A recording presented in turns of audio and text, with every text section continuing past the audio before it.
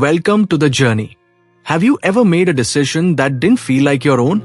Ever found yourself saying yes to something that went against your instincts, and then spent hours wondering why you agreed in the first place?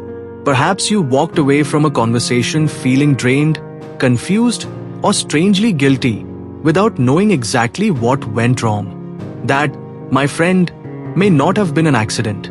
That may have been dark psychology, the invisible art of manipulating your thoughts, emotions, and behaviors, all without you realizing it. This is not about magic or mind reading. It's about silent influence, about emotional strategy, about psychological warfare that leaves no physical scars, only mental ones. And today, we're diving deep into this hidden world. We'll explore how dark psychology shows up in relationships, in families, at work, in politics, on social media, and even inside your own mind. Because once you understand the tricks, you'll never fall for them again. Dark psychology is the use of psychological tactics to control, influence, or manipulate someone, not for their benefit, but for the manipulator's gain. It's subtle, it's slow, and it works best when you don't even realize it's happening. The person using it could be anyone: a partner, a boss, a friend, even a stranger online. They may not shout, they may not force, but they'll shape your thoughts, nudge your emotions, and steer your decisions until you're no longer living life on your terms. Have you ever met someone and instantly felt like they got you? Like they just clicked with your energy, your values, your way of talking? That could be emotional mirroring, one of the oldest tricks in the psychological playbook. When someone subtly copies your tone, body language, values, and expressions, your subconscious starts to see them as safe, familiar, trustworthy. And once that bond forms, you become vulnerable. Not because you're weak, but because you've let someone into your emotional space. Another powerful tactic is fear-based control. The brain is wired to avoid pain, loss, and rejection. So manipulators don't need to scream or threaten. All they need to do is hint, suggest, imply, if you leave me, I'll fall apart. If you don't do this, you'll lose your chance. These messages create subtle anxiety, and that anxiety forces decisions. Not because they're good decisions, but because we want to avoid discomfort. And that's when we surrender. One of the most dangerous forms of dark psychology is gaslighting, the systematic destruction of your reality. A gaslighter doesn't just disagree with you. They make you doubt yourself. They'll say things like, "You're being dramatic," or "That never happened," or "You're imagining things." Over time, you stop trusting your memory. You stop expressing your feelings. You begin to ask them for validation, for approval, for truth. And that is when they have full control. Because now, they don't just manipulate your behavior. They control your entire sense of what's real. Then comes guilt tripping, emotional blackmail disguised as love.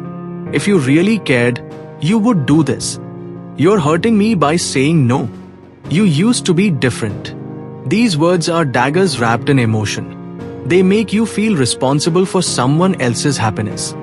And to stop the guilt, you give in. You do things you don't want to do. You sacrifice your boundaries, your peace, your needs, all because someone weaponized your kindness against you. But manipulation doesn't stop there. One of the most sinister tactics is isolation. Over time, the manipulator convinces you that your friends are fake, your family doesn't care, that they alone understand you. They twist your perceptions until you push people away. And then, when you're alone, they tighten the grip. They become your only voice, your only reality, your only source of love. And you don't even realize you're in a psychological prison with no walls. What makes dark psychology even scarier is that it's not just used by toxic individuals. It's baked into the systems around us. Advertisers use scarcity, only 2 items left, last day sale, to trigger panic buying. Politicians use fear, pride, and rage to rally support. Social media uses algorithms that feed you more of what you already believe, slowly turning your opinions into absolute truths. You think you're making free choices, but those choices were carefully planted long before you clicked. Even workplaces aren't immune. A boss may use flattery to keep you loyal. A colleague may guilt you into doing their work. Teams may create pressure that forces you to conform. Dark psychology wears many faces: kind, concerned, supportive.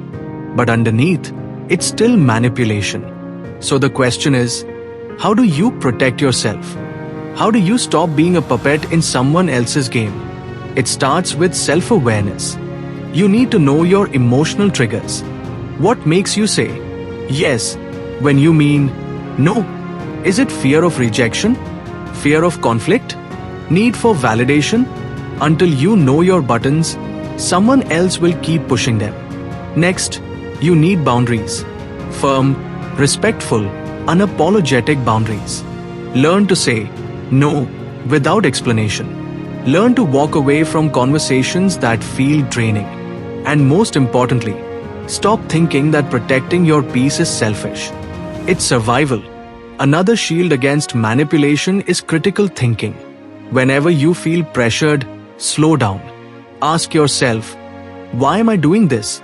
Do I actually agree, or am I just avoiding discomfort? Would I make the same choice if fear or guilt weren't involved? These small pauses break the automatic loop of emotional compliance. Assertiveness is also key. That doesn't mean aggression. It means calmly standing in your truth. Saying what you feel. Holding your ground without yelling. Manipulators thrive on uncertainty. When you're unsure, they fill the space with their control. But when you're confident, clear, and grounded, their tactics bounce off you. And here's something else. Not all manipulation is evil. Sometimes, people use these tactics without even knowing they're doing it, because they grew up in environments where that was normal. Sometimes, people manipulate to protect themselves, to avoid conflict, or simply because they don't have better tools. So don't always assume malice, but do always protect your space. The difference between persuasion and manipulation lies in respect. Persuasion invites. Manipulation pressures. Persuasion explains. Manipulation distorts. Persuasion allows you to choose. Manipulation makes you believe you don't have a choice. If you've ever been manipulated, please don't carry shame. Manipulation doesn't happen because you're stupid. It happens because you're human. It happens because you care. Because you trust. Because you want to believe the best in people. But once you see the pattern, you don't have to repeat it. Recovery begins when you reclaim your mind. Reflect on your past, not to blame yourself, but to recognize the signs. Journal your thoughts. Revisit moments where you felt pushed or tricked. Write about how it happened, and more importantly, how it made you feel. Then, start rebuilding self-trust. That voice inside you, the one that got silenced, bring it back. Start small. Make daily choices without asking for permission. Speak up about small preferences. Let your instincts lead again. Little by little, your voice will grow stronger. And surround yourself with people who encourage that voice. Real support doesn't guilt you.